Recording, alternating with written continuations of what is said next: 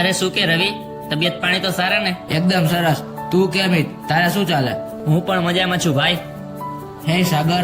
Hello Ravi, how are you? હું તો મજામાં છું, પણ તું ચિંતામાં હોય એવું લાગે છે. તારા બોસે ઓફિસમાં વધારે કામ આપી દીધું કે શું?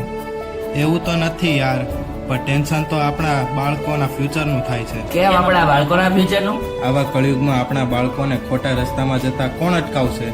અત્યારની જનરેશનને વ્યસનની ખરાબ કુટેવો છે અને માતા પિતાનો અનાદર કરતા પણ જોયા છે. હા, અને વૃદ્ધાશ્રમમાં વૃદ્ધોની સંખ્યા પણ વધે છે. તો પછી આ સમયમાં આપણા બાળકોને સાચો રસ્તો કોણ બતાવશે?